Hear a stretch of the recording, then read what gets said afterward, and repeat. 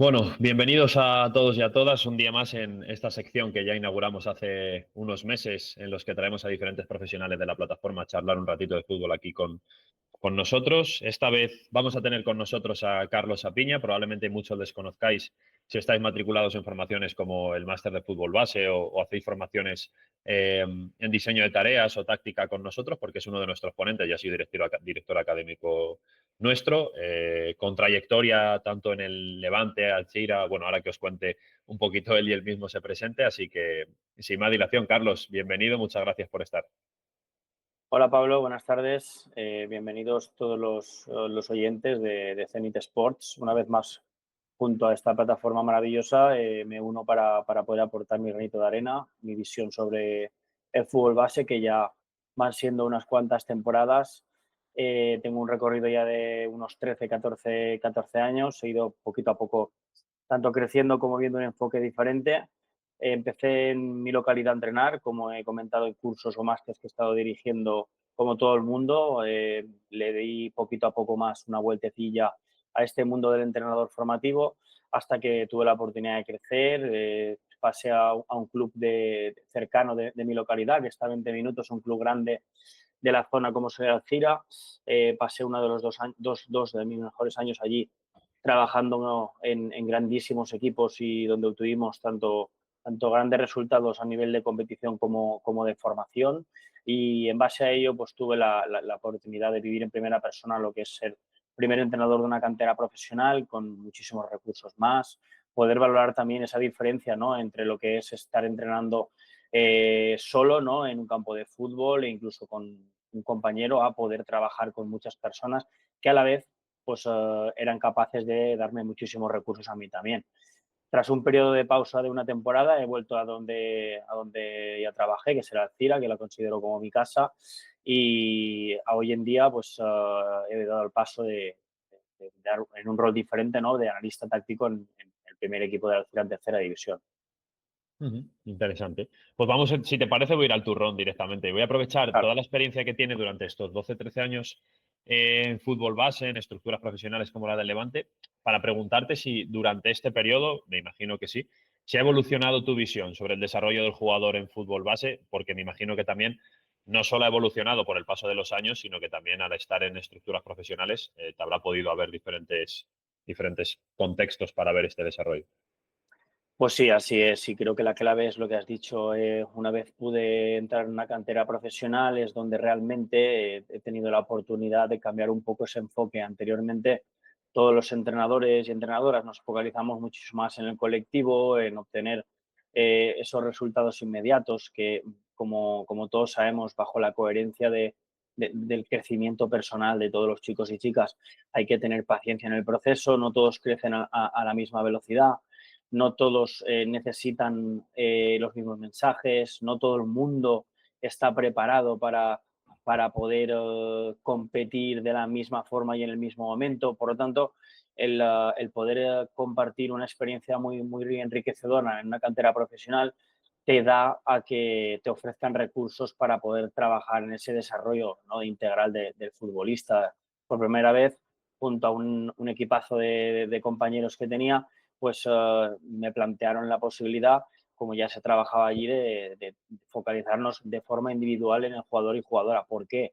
Pues Ujú, porque se pierde mucho más el tiempo, y digo se pierde porque parece que nunca tengamos tiempo a hacer estas cosas, pero es fundamental, a poder ir un poquito más allá, tener un trato más personalizado con todos los jugadores de la plantilla, partiendo de una pequeña reunión donde le preguntamos al jugador cómo se ve, dónde se encuentra mejor posicionado en el campo, cómo se ve él como futbolista, qué necesidades tiene, si sabe identificar sus puntos fuertes, que es una pregunta que a priori parece muy sencilla, pero resulta que después la mayoría, por no decirte casi la totalidad de los jugadores, les cuesta mucho definirse como jugador en el campo, ujú, y luego en base a ello poder también sacar esos puntos menos fuertes, porque no me gusta de hablar de puntos débiles, son ujú. menos fuertes porque al final los podemos desarrollar con menor efectividad, para que tras este pequeño informe y ese transcurso que se va realizando durante toda la temporada, pues podamos ir trabajando con el jugador desde dos puntos de vista. El punto de vista de trabajar en campo, que creo que tenemos acceso todos los entrenadores de todos los clubes. Es verdad que siempre que seamos mínimo dos en un cuerpo técnico, que creo que cada vez está más en auge y Ujú, es más prioritario, porque le podemos ofrecer al jugador, ya no sea solo individual, sino grupal o por línea, el potenciar esos recursos que nosotros creemos o que el jugador cree que necesita trabajar, como puede ser una infiltración pues, como el remate de cabeza, una infiltración con la pierna no dominante, o en el caso de los defensores, pues un buen despeje orientado con derecha, con izquierda o con cualquier superficie de contacto para mejorar desde la parte técnica ese aspecto para luego llevarlo al partido con la mayor efectividad, ¿no? Siempre ujú, pongo el mismo ejemplo y es que el jugador, si le vamos a pedir que haga goles, pues durante la semana, si ha finalizado 50 veces, mucho mejor que si finaliza entre 10 y 20, ¿no? Porque seguramente estará más acostumbrado a ello, lo habrá trabajado más. Esto no nos garantiza que la primera que toque vaya adentro, por supuesto, pero sí que es probable que tenga mayor confianza. Por lo tanto, ante eso y ante el proceso de vídeo, que es una cosa y una herramienta que está cada vez más en auge, pues es que ujú. le da un valor incalculable al proceso del desarrollo del jugador. Por lo tanto, tras todo esto que acabo de comentar, que seguro que da para mucho tema, ¿no? Es fundamental tener en cuenta que el crecimiento del futbolista pues, no es inmediato, aunque he de decir que las canteras profesionales, como los clubes profesionales y en el fútbol de élite, tiene que ser inmediato porque si no vales, pues te van a cambiar por otro. Es la parte negativa que hay que decirla también, ¿no? Porque me he encontrado con generaciones que han pasado 2 años y quedan 3 jugadores de esa generación y eso yo la verdad que no lo comparto, ¿no? Porque entonces realmente no estamos pensando en ese crecimiento futbolista, pero durante una temporada, que es lo que podemos controlar, pues a esos 10 11 meses tenemos que ser capaces de que el crecimiento del jugador al finalizar sea un poquito mayor a lo que empezó. Ujú. Luego abrimos, si te parece, ese melón un poco del desarrollo individual, que me parece importante, no solo centrarte, como bien has dicho, en lo colectivo. Pero hablando, por ejemplo, de esas diferencias, de este cambio de visión, que me imagino que también te lo habrá llevado, como has comentado, trabajar en una cantera profesional, ¿no? Con más medios para poder hacer ese desarrollo individual también. ¿Cuáles son las, por ejemplo, las tres diferencias que dirías que hay entre trabajar en una cantera profesional y un club que, aunque a lo mejor sea una referencia de la provincia o de la comunidad, no es una cantera profesional y no tiene esos recursos? ¿Cuáles son las tres cosas que tú dirías? Pues mira, es que lo que te cambia ya no la visión, sino incluso el propio proceso de entrenamiento es esto. Sí, así es. De hecho, agradezco muchísimo la pregunta porque creo que si de algo estoy muy orgulloso en mi recorrido es de haber estado en clubes no profesionales, vamos a decir, para que todo el mundo nos entienda, tener la experiencia de una cantera profesional y volver a estar en un club no profesional. Creo que es un proceso que todo el mundo debería vivir porque el saber lo que es, pues tener muchas implicaciones a la hora de entrenar, estar pendiente del material, estar pendiente de los jugadores, de los padres, de la ropa, de todo, ¿no? En absoluto para que todo el funcionamiento vaya en su línea, creo que es una experiencia magnífica porque te hace valorar muchísimo las cosas, el nunca olvidarte de dónde has venido, saber que en la vida, no solo en el fútbol, todo es circunstancial, que todo puede girar y hay que estar adaptados para todo, porque así somos personas o trabajadores y profesionales mucho más completos. Por lo tanto, tras vivir esa experiencia, diría que las diferencias más clave que pueden existir entre muchas otras es, primero y principal, el grupo de trabajo con el que estás compuesto. Pasas de ser 2 3 personas a rodearte con un equipo de 7 personas, lo cual significa que quieras o no, te vas a acomodar y te vas a acomodar no por la parte negativa, sino porque también aprendes a delegar, que es importante. Ujú, No estás acostumbrado a delegar porque quieres hacerlo todo o debes hacerlo todo por el contexto que existe y cuando das un paso más tienes que aprender a lidiar con tus compañeros, a lidiar, a delegar, a confiar mucho en ese proceso. Otro de los recursos importantes es las facilidades a nivel formativo que te ofrece el club. Yo creo que a día de hoy creo que todo el aprendizaje formativo, todas las ideas que imparto en los cursos, creo que le debo muchísimo a, evidentemente, mis experiencias y muchos formadores que seguramente me deje desde el primer entrenador que me formó en la localidad de mi pueblo, pero al final yo tengo un recuerdo imborrable que es el responsable de metodología de la cantera del Levante, que al final es una persona que me ha marcado muchísimo en mi paso. ¿Por qué? Pues porque a diferencia de un coordinador, un director deportivo, que quieras o no, siempre te va a exigir muchísimo más. Un responsable de metodología, que es una de las responsabilidades que tengo yo ahora en el club que estoy, que voy a ser el responsable de esa parte, trata de ayudarte, trata de formarte, trata de darle la vuelta a todo de forma positiva, ¿no? Vamos a trabajar un concepto y por qué, cómo lo podemos trabajar mejor, cómo lo vamos a potenciar. Y el encontrar una persona en un club que te sume constantemente sin estar todas las semanas de tu lado, simplemente con 5, 6, 7 formaciones anuales o incluso una charla de 2 minutos que te lo cruzas por el terreno de juego en un espacio libre, eso me lo da una cantera profesional y creo que, como le dije a esa persona el día que salí de la cantera, muchísimas gracias porque creo que me has marcado para toda la vida y ya no es porque solo vaya a coger lo que tú me has enseñado, sino porque lo que tú me has enseñado lo voy a intentar trasladar con otras personas en diferentes contextos, en diferentes clubes, pero es que necesitaba eso en mi vida para que yo me diera cuenta de que siempre hay un más allá, que siempre hay alguien que te va a hacer dar una vueltecita más de forma positiva y eso para mí es una diferencia muy, muy, muy, muy grande que yo voy a tratar de realizar en menor escala, por supuesto, por recursos en el club en el que me encuentro ahora. Y luego, por último, la exigencia, por supuesto. La exigencia que tienes en el día a día es mucho mayor. Sabes que en una cantera profesional, por mucho que estés en la base, tienes la capacidad de disfrutar una barbaridad por la cantidad de calidad y de cualidad que hay en los entrenamientos, la cantidad de recursos que existen, torneos, vivencias, experiencias. Ya puedo decir que he entrenado jugadores que están en el fútbol profesional ahora mismo, haciendo pretemporadas, y eso es muy gratificante también para mí como formador. Y luego, pues la parte no tan positiva de que hay una cantera es que los resultados son inmediatos y que si no aparecen, pues claro, dependemos de ellos en este deporte. Totalmente. Pues mira, aprovechando esa parte metodológica de la que hablabas, ¿no? Que al final te ayuda, como dices tú, a tener una visión más compleja o más completa probablemente también de todos los procesos. ¿Qué competencias o qué crees que debe adquirir un jugador a lo largo de su etapa formativa? Lógicamente, la etapa formativa es muy larga, desde la etapa de iniciación hasta que finalizan en la etapa de rendimiento, pero a grandes rasgos, ¿qué competencias crees que debe buscar un formador o un director metodológico cuando hace la metodología para sus entrenadores de fútbol base?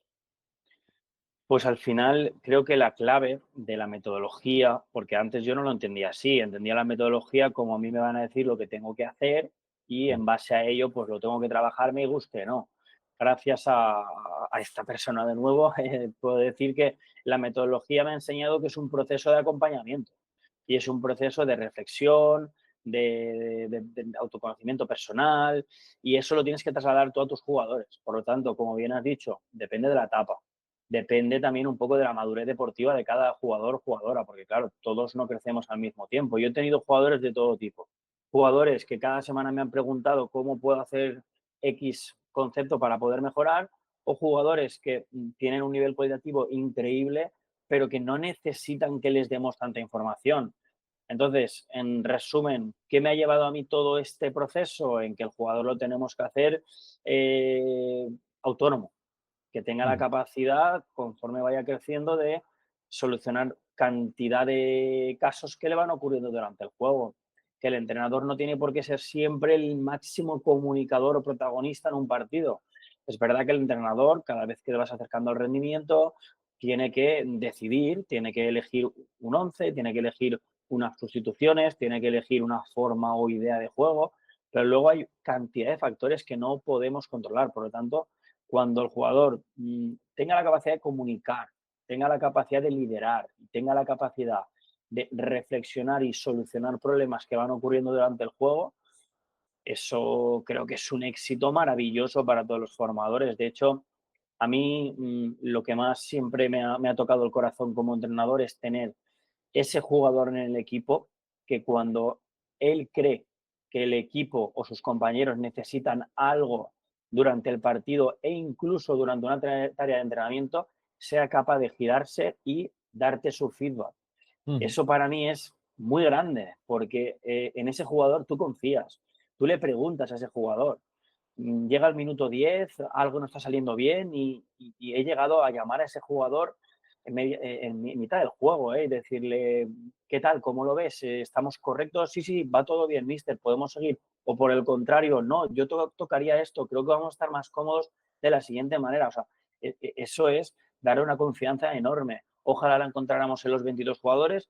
Ujú. Es muy difícil porque hasta en el fútbol profesional hay jugadores que son, pues, podríamos muy introvertidos, ¿no? Que al final, pues, van a su aire, quieren poca información y cuando más le comunicas, pues peor se siente. Sí, jugadores Entonces, que igual son más ejecutores y hay otros que son capaces exacto. de entender el 100% del juego e incluso darle un feedback al míster. Sí, sí, sí, totalmente, porque es que además tuve una experiencia muy gratificante hace 4 temporadas, 3 temporadas, no recuerdo ahora mismo. Teníamos un jugador con un nivel altísimo, marcaba muchísimo la diferencia en el juego y cometimos el error de hacerle sentir que tenía que ser un jugador, pues destacado, un jugador que líder, que tirara del carro, y eso no le venía bien, Ujú, porque cuanta más responsabilidad le dabas al jugador, creo que peor se sentía. Luego era capaz de desaparecer 20 minutos, tocar 2 balones y solucionarte un partido. Por lo tanto, decidimos optar por la otra vía. Información muy concreta, muy exacta y cuando las cosas no roden bien, dejarlo en paz. ujú, Dejarlo en paz. Que él mismo se dé cuenta de lo que está ocurriendo. Está claro que, como me dijeron también un director de cantera que tuve allí de los dos en el Levante, el primero que tuve me dijo, no hay que mentir a los jugadores y los jugadores no juegan solos, pero hay que ver en cuánta recurrencia ha hecho una conducta un jugador para que tú se la puedas corregir más rápido o más lento. ujú, ujú. Y a nivel, voy a aprovechar porque nosotros es verdad que hemos, por ejemplo, hablado con directores de cantera o, bueno, más bien directores metodológicos del Betis y tiene una forma de trabajo en la que le dan mucha libertad al futbolista en etapas formativas para que se equivoque. Tienden a mejorar al futbolista desde el talento individual, desde el regate, desde la conducción, desde el error. Me imagino, esto lo hablo desde el total desconocimiento, que a lo mejor perfiles y canteras como las del Barça a lo mejor trabajan más desde un modelo, desde una idea, no desde el futbolista en sí, aunque me imagino que se trabajará absolutamente todo, lógicamente, pero igual le dan más importancia. ¿Qué crees tú? O no sé qué vivencia has tenido en el Levante, pero ¿por qué eres más partidario tú? ¿Por trabajar desde el desarrollo individual del talento, de esas acciones concretas que puede tener un jugador concreta, o desde un modelo y dentro del modelo desarrollar al futbolista? A ver, he tenido la experiencia de jugar contra el Betis, como has dicho, y contra el Barça, ¿vale? Ujú, El perfil de jugador del Barça, como bien dices, está bastante hecho a un modelo. Sí que ujú, es verdad que dentro del modelo en el Barça hay jugadores con un talento increíble, por lo tanto ujú, estoy seguro que se focalizan también en ese talento individual, porque sin duda. no es casualidad, ¿no?, que encontremos jugadores con un perfil interior tan buenos como están saliendo del Barça, no ahora, sino tantos años, pero sí que es verdad que, a diferencia, por ejemplo, a lo mejor del Betis, que también seguro que tiene su modelo, no he trabajado ahí, Ujú, no sé cómo funciona, pero sí que es verdad que cuando juegas contra ellos se percibe un futbolista más de calle, un futbolista con una habilidad, con un talento muy exquisito, un jugador bueno, con travieso, que digo yo, ¿no? ujú, Eh, claro, esto al final es muy complicado, ¿no? De al final decirte una respuesta cerrada, pero sí que creo que la forma que tenemos de entrenar, la forma que tenemos de dirigir, la forma que tenemos de preparar nuestras tareas de entrenamiento, creo que llevan directamente a lo que estamos hablando. ¿Por qué? Pues porque esas tareas específicas, robóticas, muy analíticas, que son necesarias en el fútbol, yo confío en ellas, pero evidentemente le tenemos que dar un porcentaje menor para que el jugador no se sienta constantemente robotizado y comunicado por el míster o por el cuerpo técnico. Si le damos un menor enfoque a ello y agrandamos esa tarea con su sistema, con su modelo, con su espacio grande, con su oposición y con su libertad, es lo que te va a llevar a que tanto el modelo como ujú, la conducta individual vayan de la mano, se unifiquen y podamos llegar a más. Estoy seguro que en el Barça, sin haberlos visto, dan muchísima libertad al jugador también, pero a través de un modelo ujú, vivirán muchísima cantidad de partidos y ataques defensa y juegos y tareas de continuo juego, porque al final es lo que te va a llevar a la mejora. Y en el Betis pasará lo mismo, pero seguro que, o sea, desarrollando mucho ese desarrollo del jugador, creo que se van a focalizar mucho en ello. Parto opinando de esto sin haberlos visto trabajar, ¿eh? Ujú, Pero sí que al final creo que las canteras profesionales hoy en día, en todas, el desarrollo individual va aumentando. Va ujú, aumentando, tiene mucho más recursos que las canteras no profesionales, pero creo que podemos hacer algo más, ¿no? En las canteras no profesionales. No podemos obviar que el jugador debe conocerlo todo. Y esta frase creo que es la primera que yo me llevé cuando pasé del Alcira al Levante. En el primer partido pretemporada, partido con mucha gente nueva, muchos cambios, yo nuevo también en el club. Al terminar el partido recuerdo decirle a un compañero, obviamos que el jugador por jugar en un club diferente sabe ya realizar todos los pasos que tiene que realizar y no es así. Por lo tanto, lo tiene que trabajar al igual que otro chico. ujú. Interesante. ¿Qué opinas un poco también, no sé si está directamente relacionado con esto, ¿no? Con la idea que hay de formar contra competir, de o soy formador o compito, o estoy en rendimiento o formo, ¿no? En canteras profesionales me imagino que va ligado absolutamente, pero ¿debería también en canteras no profesionales? A ver, al final tenemos que tener claro que somos formadores. Y si somos formadores, se entrena de forma diferente al fútbol profesional. ¿Por qué? Ujú, Pues porque los formadores tenemos un valor muy grande. Y es que tenemos tantísimos conceptos y cosas que trabajar que en el fútbol profesional realmente se supone que ya están trabajadas, que no digo que no se trabajen, porque hoy en día el entrenamiento está tan integrado que hay entrenamientos de primera división increíbles, increíbles, y también hay entrenamientos en primera división que es la tarea más fácil y más simple que te puedes encontrar porque al final el objetivo es que el equipo lo tenga claro. Hay ujú, poco tiempo para entrenar a veces. Por lo tanto, competir y formar van de la mano. Yo siempre digo lo mismo. Y puntualizar siempre en que eh, el enfoque que tenemos que darle desde la formación es que hay que competir, pero luego, cuando no se obtiene el resultado que nosotros queríamos obtener, hay que ver cómo respondemos ante esa competición. Por lo tanto, ¿que al ganar queremos todos? Claro que sí. ujú, Puntuar queremos todos también. Perder, a nadie le gusta perder, pero no en el fútbol, en la vida. ujú, Yo soy de los que piensa que ya no solo en el fútbol, sino en los mismos estudios, cuando tú acabas el bachillerato, cuando quieres optar por entrar en un grado universitario y tienes que superar a tu propio compañero de aula para obtener más nota que él, para entrar delante de él, estás compitiendo. Por lo tanto, la palabra competir es bonita, porque la vida es una competición. Otra cosa es que perdamos un partido y sea un drama. Lo importante es eso, que nos ujú, vayamos a casa disgustados, que le hagamos sentir a la plantilla que estamos disgustados con ellos, que el niño o niña venga el lunes pensando que lo ha hecho todo mal. Ahí es donde está el error. Y creo que ahí las palabras del cuerpo técnico son muy importantes.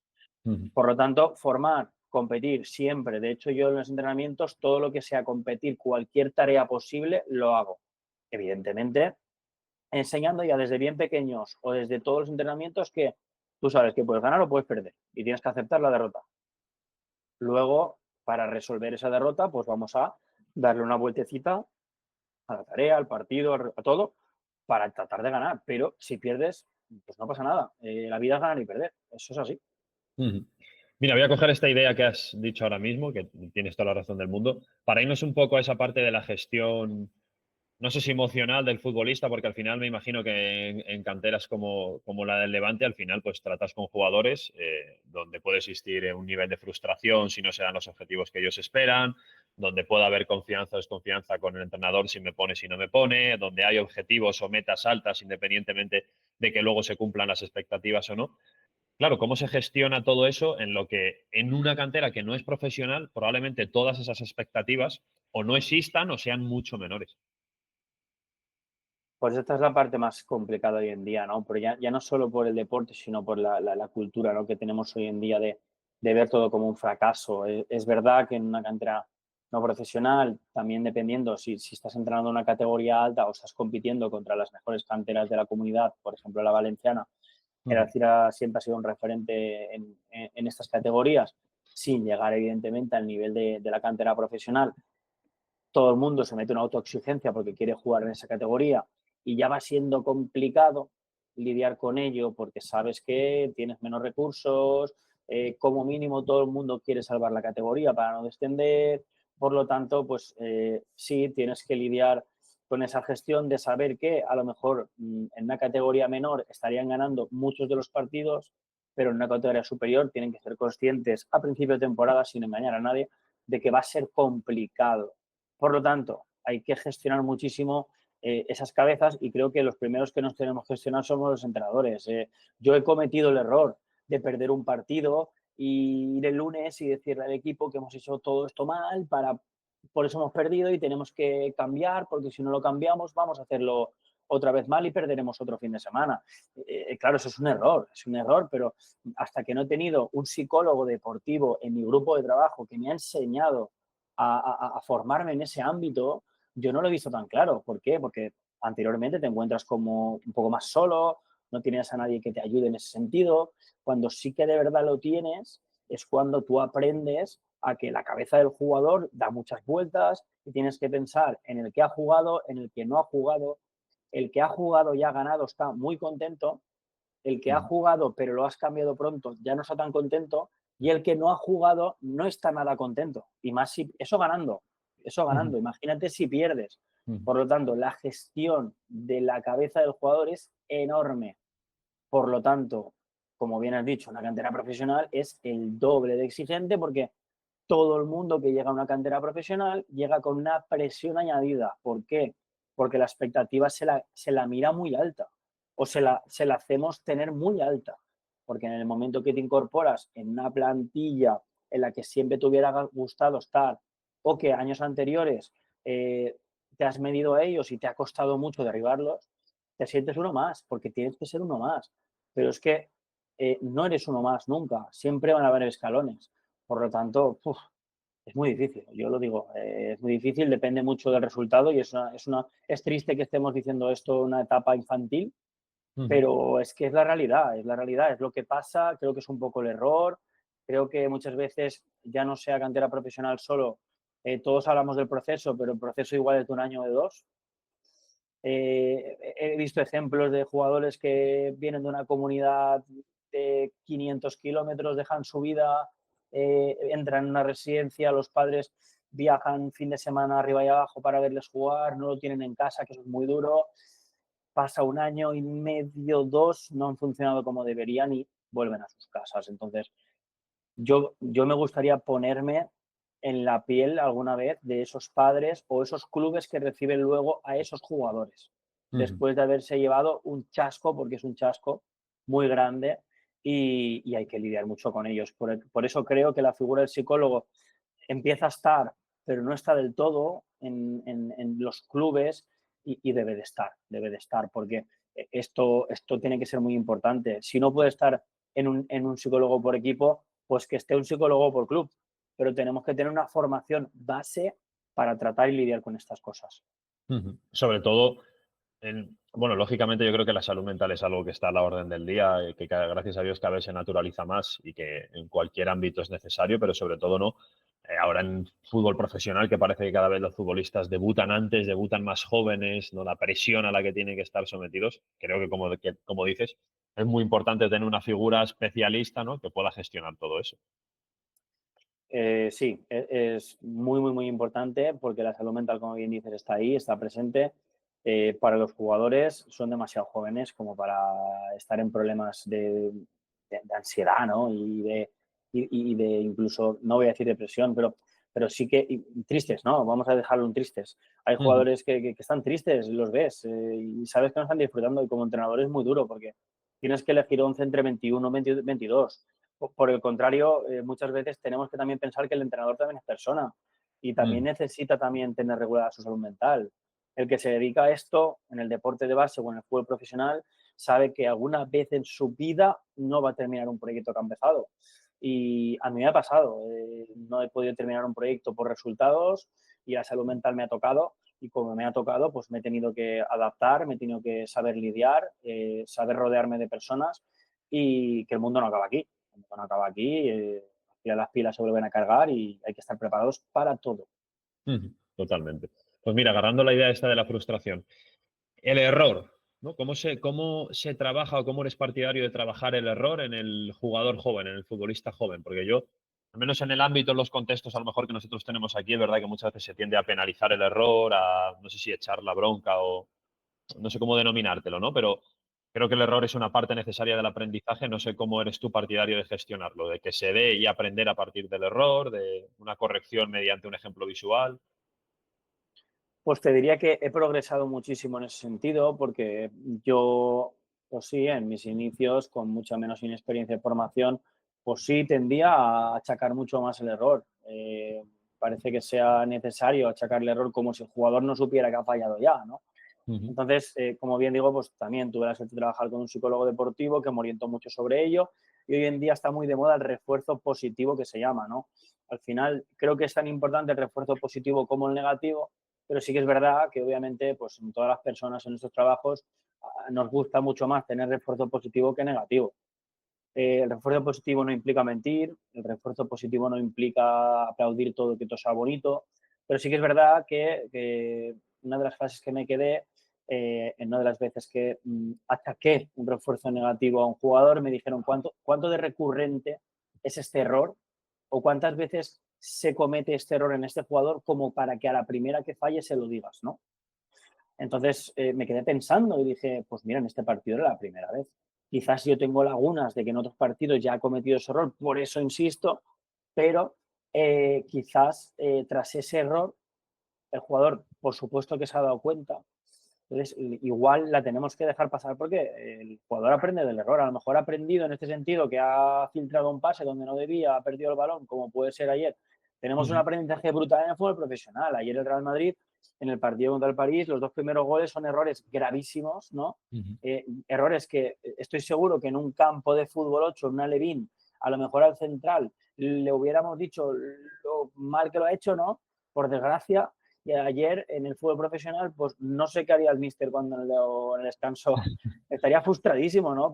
Ujú, Pero es que los dos jugadores estaban frustradísimos también por el error que han cometido. Por lo tanto, creo que viendo luego el partido, vi que ese jugador, pues luego jugó más fácil, decidió una solución más más sencillo. cómoda para él, pero en el momento que yo le achaco el refuerzo negativo, pues quizás le estoy coartando, Ujú, porque se va a ver, se va a ver cohibido y va a decir, este pase no lo realizo más, porque como ya lo he fallado, si lo realizo otra vez y lo fallo, me va a caer ujú, la mundial, ¿no?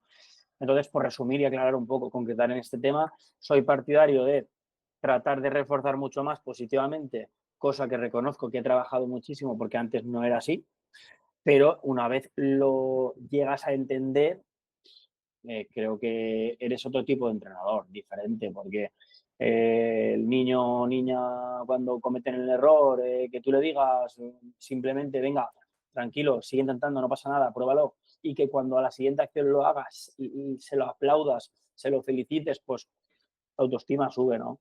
Entonces, ujú. es una parte muy difícil. Sí que es verdad que no lo vamos a engañar. Si comete el error 5 veces seguidas, pues en algún momento le tendremos que decir que ha cometido el error acompañado de una posible solución. Para mí esa es la clave.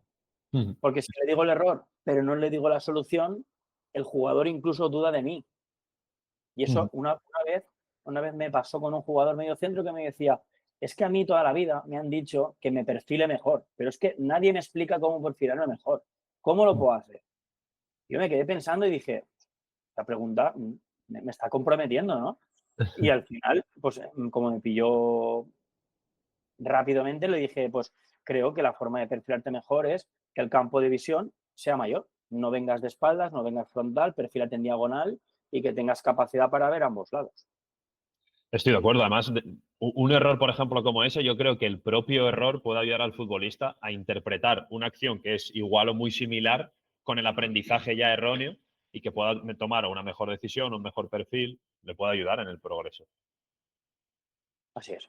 Bueno, vamos ahora, si te parece, durante las sesiones de entrenamiento, ¿vale? El tipo de feedback que les damos a los futbolistas, bueno, a los futbolistas, a los jugadores de fútbol base.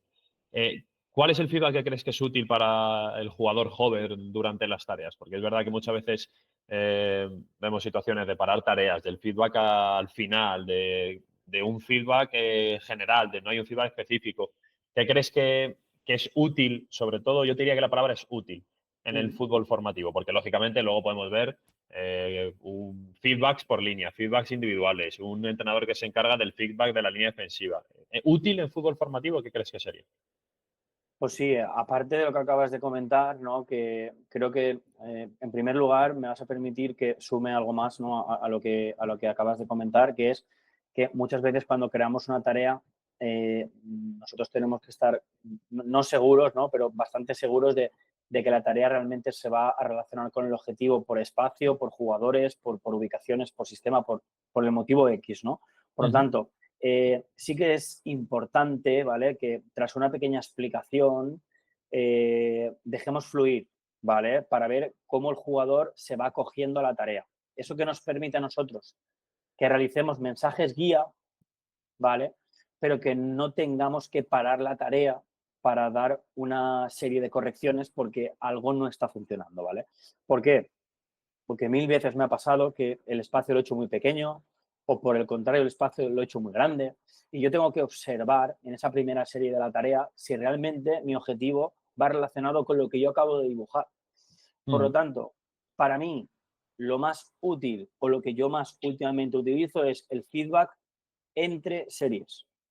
ujú, Primera serie de mensajes guía, primera serie de descubrimiento, segunda serie de feedback o de puntos de mejora que podamos llevar a cabo y tercera serie volvemos otra vez a mensajes guía, porque la tercera serie, si es que he metido 3 series en la tarea porque son más cortas de tiempo, es para realmente ver si lo que hemos preparado el jugador con 3 series lo ha llegado a entender.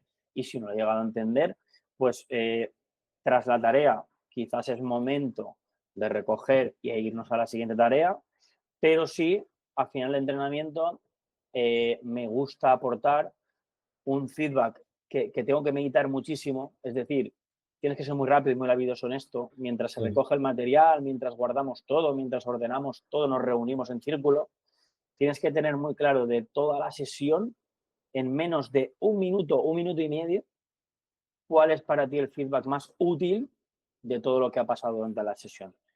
ujú, Últimamente estoy optando por eso, porque ujú. esto de cada serie, dar el peñazo al jugador, eh, hablar de tantas cosas, quedarte incluso 5 o 7 minutos después del entrenamiento para darle más información al jugador después de 2 horas en la instalación deportiva, yo creo que no acompaña porque yo siempre lo llevo a mí. Yo cuando jugaba a mí no me gustaba que me hablaran 20 minutos porque desconectaba al minuto 2. Entonces, Totalmente. lo que no quieras para ti, pues no lo hagas, ¿no? Por el contrario, en los entrenamientos hago esto, pero en los partidos yo nunca hablo después del partido. Para Ujú, bien o para mal. Nunca hablo. Es una medida que adopté hace muchos años, la sigo cumpliendo, me encanta, porque creo que en frío ni en caliente se debe de actuar. ujú. Interesante, interesante. Apuntad el proceso que sigue Carlos, y creo que es interesante. Y bueno, para ir cerrando, ¿vale? Antes de hacer un cierre final. Vamos con el entrenador, con la importancia del entrenador y la importancia del formador, ¿vale? Que decíamos antes. Hemos estado hablando, has comentado, bueno, que al final si vamos tocando todos los palos, un entrenador formador, pues al final tiene que tener habilidades blandas, tiene que ser casi un psicólogo si no tiene la suerte de tenerlo, como has comentado, tiene que ser formador, educador, entrenador. ¿Qué debería dominar entonces un entrenador de formación cuando encima muchas veces incluso debe dominar aspectos condicionales porque no tiene una figura que le pueda ayudar? Pues a ver, esto te lo favorece un poco y está claro que hay miles de entrenadores que no están graduados en ciencias de la actividad física y el deporte, pero luego son grandísimos entrenadores, es la realidad. Ujú, Pero sí que es verdad que un entrenador que como mínimo tiene una mínima pedagogía, ¿no? Porque hoy en día los grados universitarios o incluso los ciclos formativos o los cursos de entrenador hay asignaturas específicas para ello. ujú, Entonces creo que cuanta más formación añadida tengas, mucho mejor. ¿Por qué? Porque tienes que saber lidiar con personas, tienes que tener diferentes recursos, porque los recursos no solo son metodológicos a nivel de que soy el mejor haciendo tareas, ¿no? Sino también tengo que ser una persona eficiente en el trato humano, una persona en la gestión de la confianza, en la gestión de la frustración. Entonces el entrenador, claro, tiene que ser tan completo que esto te lo da un poco la experiencia, el abrir bien las orejas y saber escuchar y el rodearte de personas diferentes. Esto va relacionado un poco con lo que he dicho anteriormente. Yo ya hace tiempo también que hay siempre una serie de tarea de partido, por ejemplo, en mis sesiones, que yo me aparto a un lado e incluso si tengo la oportunidad me he subido a la torre o me he subido a la grada para poder obtener un segundo plano y que yo sea capaz de reconocer ese tipo de cosas que no me da para observar si estoy caminando por el centro del campo, corrigiendo constantemente cosas. Entonces, no sé si respondo exactamente a tu pregunta, pero sí que es verdad que tener una formación añadida o hacer incluso cursos de liderazgo, cursos de gestión. Hoy en día tenemos muchísimos recursos y yo hoy justo estaba hablando con un monitor que tengo a cargo en la empresa en la cual trabajo de gestión deportiva, y no lo digo por quedar bien simplemente, que Zenit Sports tiene una barbaridad de cursos de todos los modelos para que el entrenador se forme en lo que quiera, con un precio asequible, con profesionales de mucho calibre, que esa formación no te la va a dar nadie si no tienes la suerte de coincidir con alguien que conecte contigo o con una persona de tu círculo cercano, ya sea familia, ya sea entrenador o club de confianza, que te pueda formar en estos ámbitos. Por lo tanto, tenemos que saber que cada vez el entrenador tiene más roles, tiene más cosas que controlar, que solo no lo va a poder realizar, que se deja ayudar y que ante la duda, que observe, que mire y que piense dos veces cómo quiere actuar. Bueno, pues si te parece, bueno, está siendo muy agradable la charla, la verdad. Para ir cerrando, yo quería preguntarte, después de 12, 13 años, como has dicho, de trayectoria como entrenador, ¿qué futuro visualizas para el fútbol formativo en España? Es decir, con toda esa experiencia que has tenido, que me imagino que habrás visto muchos cambios, cambios en los procesos, en los entrenamientos. ¿Qué futuro visualizas? A nivel de entrenamientos, a nivel de partidos, competición, ¿qué te refieres más o menos? A nivel de, si quieren, no sé si llamarlo entrenamientos, pero del enfoque que se le da al fútbol formativo, de la manera en la que se ve, de la manera en la que se trabaja. Uh -huh. A ver, partiendo de la base de que creo que tenemos la gran suerte de que en España hay miles de entrenadores con una capacidad increíble, porque hoy en día creo que aparte de que nos gusta mucho el fútbol, hay mucha cultura de fútbol y que los clubes deportivos, por ejemplo, en mi comunidad, que es la que estoy presente, hay un ambiente de fútbol increíble. Teniendo en cuenta que la formación va en aumento y que también todo el mundo parece ser que abre los ojos cada vez más a ser escuchado y a escuchar para crecer, Ujú, en el fútbol base, creo que mientras no rompamos esa cadena del rendimiento inmediato, que es lo que hace la frustración máxima y es lo que rompe un poco ese objetivo formativo, creo o deseo que se vienen buenas épocas, porque creo que todo el mundo se está formando cada vez más, cada vez los clubes invierten más, todo el ujú, mundo es más consciente de lo que realmente está representando como persona a ese grupo de jóvenes para el futuro, y eso no lo ves hasta que pasan un par de años, hasta que te encuentras con experiencias del jugador, jugadora que entrenaste hace 7 años, si se comunica contigo, si lo ves en un campo, si os saludáis, os contáis un poco vuestras experiencias, incluso si lo has tenido en tu propio cuerpo técnico después de haber sido jugador. O sea, ujú, creo que el futuro en España a nivel formativo creo que va en aumento. Eso sí, siempre va a estar la duda de si estamos coartando un poco la libertad de esa calle, ¿no? Que ya no se ujú. ve. A mí me encanta escuchar a Álvaro Benito, comentarista Sí. y exentrenador y exfutbolista, porque creo que tiene una comunicación increíble. O sea, yo recomiendo a todo el mundo que cuando vea un partido, no solo vea el partido, sino que escuche lo que dice este chico, porque es que es uno de los que insiste mucho en la pregunta que acabas tú de lanzar y creo y lo considero muy formado. Por lo tanto, para mí es un grandísimo referente cada vez que habla, porque creo que es realista, sabe de lo que habla, ha estado en el fútbol formativo presente y además creo que puntualiza mucho sobre lo de que no se debería de perder. Pero Mm. bueno, vamos a ser positivos, ¿no? Y yo creo que gracias a todos los entrenadores, a todos los cursos, plataformas que se están creando cada vez más, pues espero y deseo que el fútbol formativo en España vaya en aumento y creo que lo estamos viendo, ¿no? Que España a nivel mundial, por selección, por clubes europeos, siempre estamos en el pico más alto y eso no es casualidad. Ujú. Sí, somos una potencia de formadores. Bueno, Carlos, pues lo dicho, muchas gracias por tu tiempo, por haberte pasado por aquí. Ha sido muy agradable la charla y muy enriquecedora, como siempre. Y a los que os habéis pasado por el directo, pues lo mismo. Muchas gracias un día más por acompañarnos. Esperamos que hayáis disfrutado y nos vemos en la próxima. Gracias, Carlos. Muchas gracias a vosotros por todo. Hasta la próxima. Hasta la próxima.